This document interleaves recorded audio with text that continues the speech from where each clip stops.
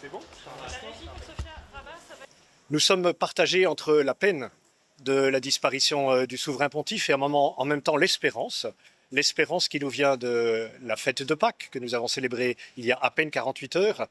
Le pape François était un homme de l'espérance. Il n'a jamais cessé de dire qu'il y avait une espérance possible pour l'homme et que l'homme était invité à se battre pour construire ce monde meilleur qu'il n'a jamais cessé de promouvoir, pour construire la paix qu'il n'a jamais cessé d'annoncer.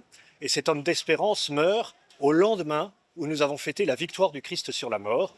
C'est sans doute un des plus beaux jours pour mourir et je suis sûr que le Christ ressuscité est appelé à l'accueillir dans son royaume.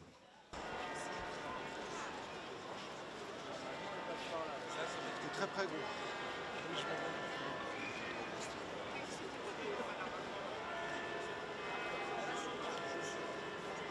Il y a beaucoup d'aspects que l'on peut retenir du pape François, mais je crois que la première des choses, c'est que c'est le pape des pauvres. C'est celui qui nous a invités à vivre l'évangile dans sa radicalité. Lorsqu'il parlait des périphéries, il parlait de ceux qui sont exclus, quels qu'ils soient, qu'il s'agisse des personnes âgées dont il parlait de culture de déchets vis-à-vis d'eux, qu'il s'agisse aussi des enfants à naître, qu'il s'agisse des migrants. N'oublions pas que son premier déplacement en Italie a été pour Lampedusa, pour aller pour l'accueil des plus pauvres.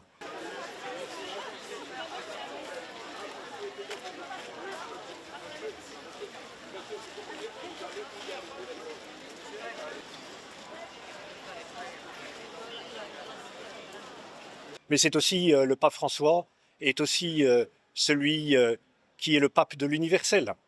Il a voyagé dans les pays pour répondre à ce que Jésus a dit à l'apôtre Saint-Pierre, « Affermis tes frères dans la foi ».